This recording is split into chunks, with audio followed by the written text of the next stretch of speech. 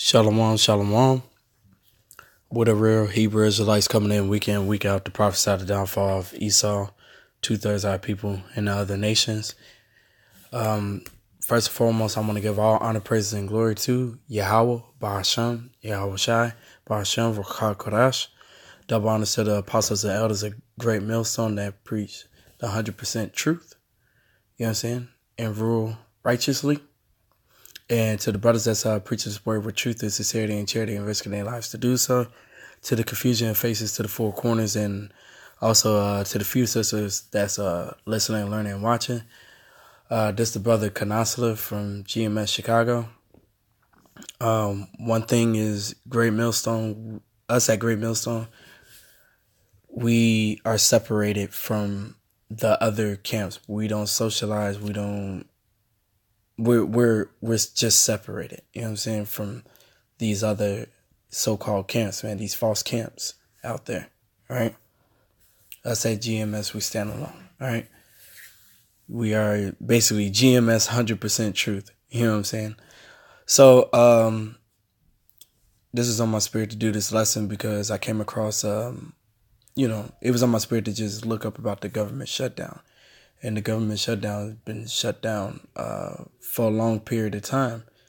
And now, we're reaching close to February, man, all right? And it's already affecting the economy. So even airports are being shut down, like big airports, all right? So if this continues, you know what I'm saying, which us at Great Millstone, we hope it does, you know what I'm saying, because the thing is we want to get the heck out of here. We don't want to be oppressed anymore. We don't want to be in captivity no more, you know? We don't want to be under these slave masters, all right? This so-called white man, all right, who is Esau Edom, all right? So I'm going to play a video and then go and hop into a few scriptures, all right? Things are moving well at this checkpoint, but the TSA this morning is saying if you are flying anytime in the near future, plan on getting to your airport 2 hours early as more and more TSA officers call out sick. If you're flying out of Atlanta, get there 3 hours early. Shutdown day 25, and two of the country's busiest airports are this morning dealing with their own shutdowns. TSA checkpoints in Houston and Atlanta closed. We had to come here like 2 hours before. The bottleneck leading to 90-minute lines stretching all the way to baggage claim in Atlanta, as more and more TSA officers working without pay call in sick. That's ridiculous. This is 2019. You do a job and you get paid for that job. The TSA sick rate 7.6% on Monday, more than double the rate a year ago.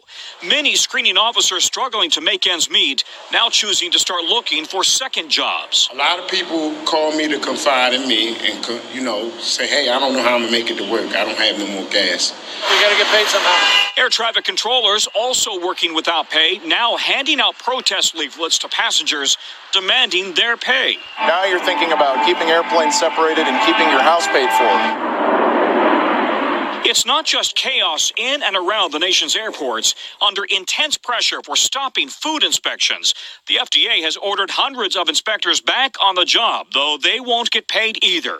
Same for 4,000 National Weather Service workers in the middle of winter. Among the 800,000 federal employees and 4 million government contractors now affected and turning to GoFundMe pages and community food help. I obviously have two little ones and my wife who doesn't work. It's hard for single-income families. From California to Boston, food banks for Coast Guard families working dangerous jobs with no paychecks.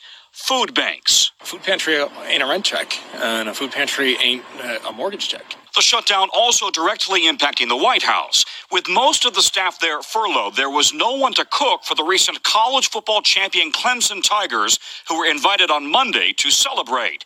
President Trump decided to order in fast food, lots of it. Stacks of burgers, fries, and chicken nuggets that he says he personally paid for out of his own pocket. Because of the shutdown, as you know, we have the great Clemson team with us, the national champions. So we went out and we ordered American fast food, paid for by me. Lots of hamburgers, lots of pizza. I think they'd like it better than anything we could give. All right, Tom, this shutdown is obviously affecting the million workers, but there's also kind of a trickle-down effect that affects the economy. Well, that's right. Listen, economists are all over the map on how much this is going to hurt the economic activity in January. Some estimates say if this goes on through March, it could shave literally 0.5 percentage point off the GDP. That's a big hit. The bottom line is nobody knows for sure, but if you have literally about 4 to 5 million people now affected, and then they're not paying their bills, how this starts to ripple across the economy could take a big hit. All right. So, let's see. But yeah, all right.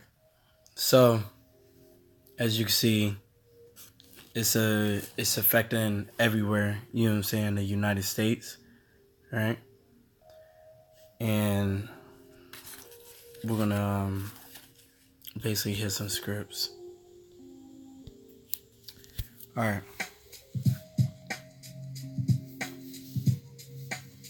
All right. So this is Ecclesiastes 12:4. It says, "And the doors shall be shut in the streets, when the sound of the grinding is low, and he shall rise up at the voice of the bird, and all the daughters of music shall be brought low." All right. So, you know, the grinding is going to come real low, man. All right. These stores and stuff like that is getting shut down. Government jobs, people are not working. You got the thing like it said at the airport, man. All right, some big airports where there's certain TSA that's not even working like that, man. All right, because they're not getting paid for it, man. There's people that's hitting the food stuff, the free food stuff. You know what I'm saying? So not only homeless people, you know what I'm saying, but you got regular people that have regular jobs and federal jobs be getting paid, man. But in the government shutdown, they're not getting paid. Shoot, the IRS is only working with if I recall, 1/8 of the staff, man. All right, which IRS is wicked as hell. But the point is that, you know, like this stuff is like taking a real big effect, man. Right? Yeah, gas is low and all this other stuff. But the thing is, when you got people not working, people not getting paid, people are not spending. So things start to slow down. And then the grinding will come to a halt. Screeching halt. You know what I'm saying? So that will affect everything, man. All right? This is going to come down, like a brother say, man, like a house of cards, man. All right?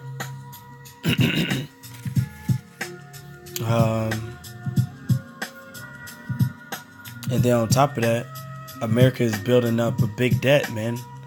You got to think of it like this. Okay, so you got you have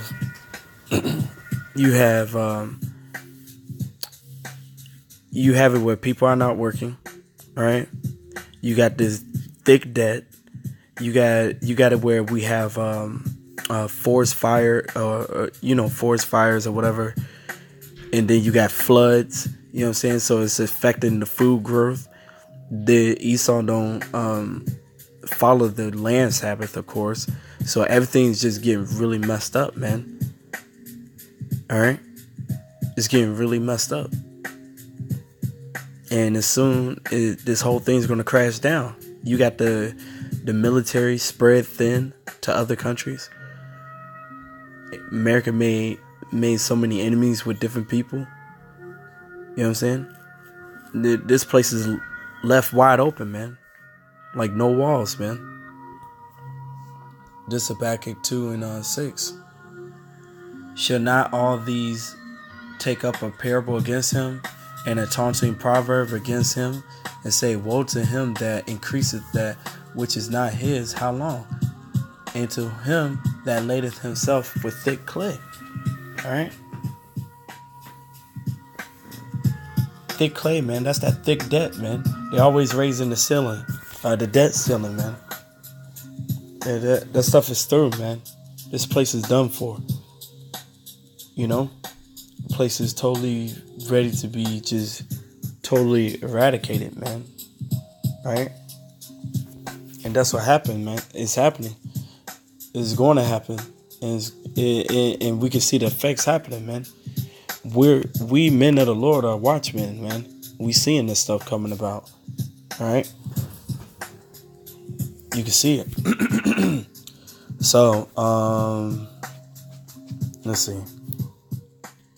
Then it's going to get to the point when all this stuff crashed. They're going to try to implement the chip, man. Or they're going to, not try. They're going to, you know. Especially when things crash, man. They're going to have it where it's like, hey, you can't buy, sell, or anything. Well, I'm going to get the scripture. This Revelations chapter 13 and 16. And he causes all, both small and great, rich and poor, free and bond, to receive a mark in their right hand or in their foreheads. Now, they already got it where certain jobs you have to have it, or they put it in newborn children. You can look this stuff up, man. I think it was like a thing saying all U.S. newborn children. You know what I'm saying? You know what I'm saying? That you'll see doctors or something trying to take your child, you know what I'm saying, for a second so they can chip them. All right? But it says,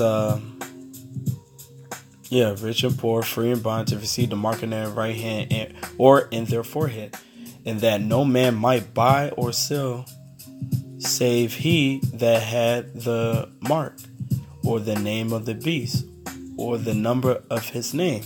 All right. So it's going to come to a point where you can't buy or sell anything without that mark.